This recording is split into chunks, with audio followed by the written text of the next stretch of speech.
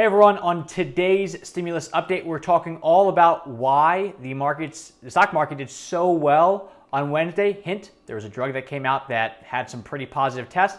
But first, we're going to dive all into how you can actually write off over $5,000 worth of student loans tax-free. I'm Logan. I'm Edin. Edin, walk us through this. How do you write off $5,250 worth of student loans tax-free? This is a great question, and it's a very unique part of the CARES Act that I haven't seen almost anything about in the news on a lot of the YouTube things that I've seen. CNBC hasn't covered it as much. So the way it's historically worked is you could have gotten one of two benefits from the company you work at or as the company that you could offer to your employees. The first one would have been basically like a tuition reimbursement plan.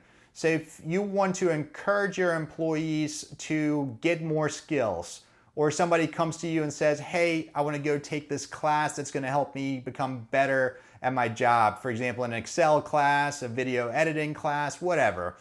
You could reimburse them up to $5,250 per year, and it's a write-off for you. It's tax-free to them. Then what really matters is student loans, right? So we all know the statistics. We all know how much people have in student loans. A lot of more so tech companies have gotten creative with recruitment and retention. And they've been offering to pay their employees' student loans. And some of them even mix and match with the 401k, where they say, hey, look, Logan, if you contribute 5% towards your retirement, we'll take 2% of your pay. Instead of putting it into your retirement, we'll take 2% and pay your student loans. The problem with that was, for the company, it was written off at the company level, but the employees still had to count it as taxable income, right? So even though I'm giving you 2% of your pay and I'm not giving it to you, but I'm paying your student loan servicer, you had to count it as income and pay taxes on it. And most employees would rather have the money go to them and then decide what to do with it. So now with the CARES Act, what they did is they got rid of that provision that makes it taxable income to the employee. And effectively, what you can do is, as the company, you can create an employee benefit plan. It's under Section 127 of the Internal Revenue Code. And you can say, all right, well, we're going to pay up to $5,250 directly towards your student loans, whether you studied the subject matter that our firm's about. And that's a huge deal. So you might hire a literature major to be writing blog posts and whatnot, but in the traditional sense, literature has nothing to do with marketing. So you couldn't really reimburse somebody under the traditional plan, but now that doesn't matter. You can just write a check to their student loan servicer, and it's tax-free to them. It's not going to show up on their W-2. You're still going to get a tax deduction. And so not only is it a great financial benefit, but also from a tax perspective, it avoids Social Security and Medicare tax for both the company and the employee. So on that $5,250, you're saving about 15% in tax, which is, again, a great deal. And if you take that across 5, 6, 10 employees, it can add up to a lot of money. So well, let me just recap so I understand it correctly, because I want to make sure I'm on the same page. So what you can do is whether you get a loan or you don't get a loan, but just because of CARES Act, they opened this up and they said that as an employer, you can now pay up to this year $5,250 towards one of your employees' student loan debts. And it used to be where it was a tax write-off for a company, which it still is, but the employee used to still get money taken out of that. So your $5,250 would actually only be maybe $4,500, but now all of that $5,250 goes towards the actual debt itself. Yeah, a couple just clarifications. One, you hit the nail on the head. It's for this year only. This provision expires at the end of this year unless they extend it, and there's already some proposals floating out there to extend this and make it permanent. The second piece I heard you say is for one employee. It is for any employee across the board, right? So it's not limited to you have to pick one person that you're going to do this for. It's essentially for anybody you want. It just has to be fair in the eyes of the IRS. And this is not necessarily like it only works if it's in addition to their salary. Would you have to somehow work it out with the employee, like with that in that handbook or I guess directive, if you want to put in place and say, instead of paying you this month, I'll just pay off your student loans tax-free? That gets a little dicey now, right? Right. I'm not an attorney, so I can't give legal advice on whether or not you can do it that way. Sure. Most employees will have no problem with that. Again, everybody's winning by paying less tax. Right. And two, the biggest financial hurdle a lot of people have, especially younger ones, is student loans. So why wouldn't you want to save money on tax and get that benefit? But again, from a legal perspective, I don't know that you can go and be like, hey, I'm not going to pay you $5,000. I'm going to pay your student loans. They would have to consent to that as well. And then it used to be where it had to, whatever the schooling was, it had to be in line with their current job description. But as long as it's a student loan in general, because I know you use the analogy or the example of literature and blog writer, which is still writing. But could it be literature and then server at a restaurant? Like, it's whatever? Absolutely. Okay. So it has no relation, just as long as you get some sort of debt. And are there limits? Is it only undergrad? Could it be a postgrad? Could it be just a trade school? Is there anything that is off limits here that they've come out with yet?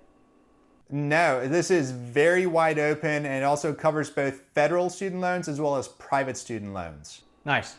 Okay. All right, very cool. There's one more small technical thing with that is, most loans have principal and they have interest. Yeah. If you have to be careful with this, you want the company to be applying their payments to principal only. Because if they apply to principal and interest, then the employee cannot write off the interest on their personal tax return. So again, thinking through it to get the max benefit for everybody, the company is going to do it to principal, employee if they still have to and want to make payments, to interest, and that way they can write that off on their personal taxes. Okay. So a little bit of due diligence, but you could pretty much write this off tax-free. Then let me ask you, if you are the only employee in your business and you went to college and it's just you, can you still do this for yourself? You can. If you're the only employee, and again, the definition of employee is important here. If you're a sole proprietor, you're not an employee. If you're a partner in a partnership, you're not an employee. Typically, shareholders of S corporations are not treated as employees for purposes of tax law. So I haven't seen the exact wording for S corp shareholders, but if I had to take a guess based on every other employee benefit program, I would say that owners of S corporations do not count as employees, but I'm not 100% sure on that right now. Okay, fair enough. So, all right, very cool. So transitioning from writing off over $5,000 worth of student loans tax-free over to the markets on Wednesday. The stock market did very well, and it was really a culmination of three big things. And one is remdesivir. So remdesivir is a drug that Gilead was testing to try to treat people that actually have symptoms and actually have that disease that we're not going to talk about. And it actually came out and had some pretty promising results, saying that it helps get people back to speed 31% faster. And while it's not, Fauci came out and said it's not a home run, but it does show a lot of promise there. So the markets went way up because of it. Aside from Zoom stock, so that makes total sense because they've been crushing it, but recently because of this stock saying, hey, or this drug saying, hey, we're going to get people healthier faster, showing some promise, Zoom will still be around, but need Zoom anymore. May not need it as much in the future, hopefully. So big thing with that was the remdesivir. So Edin, what happened with the Fed today that also drove everything up? Yeah, so the Federal Reserve met today, and it wasn't essentially big news, but it is. When this came about, what they did is they flooded the market with money. This goes back to 08, 09 when they started buying bonds. And back then they bought mainly treasury bonds, so US government bonds, as well as mortgage-backed bonds, which are also guaranteed by Fannie Mae and Freddie Mac. Over the last 4 to 6 weeks, they've been very active in the bond markets. And what that does is when a big player like that comes in and says, we're going to buy up bonds, it causes interest rates to come down. And what that means is the cost to borrow money is essentially zero right now, right? So we've seen this in the mortgage market.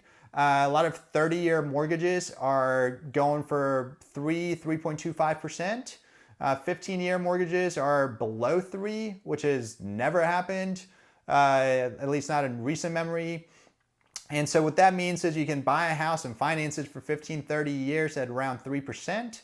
And then also what it means from the stock market is it's very cheap to essentially borrow money to invest in growth. And you're not going to put your money into a 30-year bond right now and earn 1.8%. You're going to take that money and invest it into something that can grow and return 6, 8, 10% a year over the long term. And so what you see is all the institutional players, everybody who does have money, buying stocks, one, because of that, but two, also the Fed ends up acting as a backstop. It's saying we're not going to let the stock market fall off a cliff, because we realize that everybody's life savings is in there, their 401ks is in there, and so they're supporting the markets, allowing it to not drop, but also, again, forcing everybody else to say, well, if it's not going to drop, where else is it going to go? Right. So a lot of hope with that one. And then last big thing is states are starting to open up more and more. I mean, they're starting to have dine-ins for restaurants and everything. So between remdesivir and the Fed and everything starting to open back up, Wednesday was a good day to be in the stock market. Yeah, and I guess the big question now is going forward, what happens? A lot of people have been wondering, do we have a second take of cases because of, now when we reopen and go back to socializing, to being around more people, is it going to cause a spike in cases? Does that cause the markets to go back down? Nobody knows. But it's, again, one of those things. The Fed is being supportive, rates at zero. They've even opened up the door of them buying corporate bonds and buying stocks, which is all supportive of the stock market, at least. Yeah, so very cool. So to wrap all this up, if you want to learn more about getting that 5250 tax-free towards your student loans, go ahead and talk to your accountant or talk to somebody that knows more about this stuff. But that is something that's not being talked about at this point, unfortunately, even though it's a pretty sweet deal. And then we got some promising news coming out of Gilead. So hopefully we're on the back half of all this stuff. So that's all we can do at this time is just kind of keep on keeping on. Lots of good stuff. Stay healthy and let's keep trucking. Great. Everyone, thank you very much. We will see you tomorrow. Hey everyone, if you enjoyed that, do us a favor, make sure you hit that like button. And then more importantly, if you want to continue to get more information like this straight to your YouTube every time you log in, hit that subscribe button and don't miss out on anything. Thank you.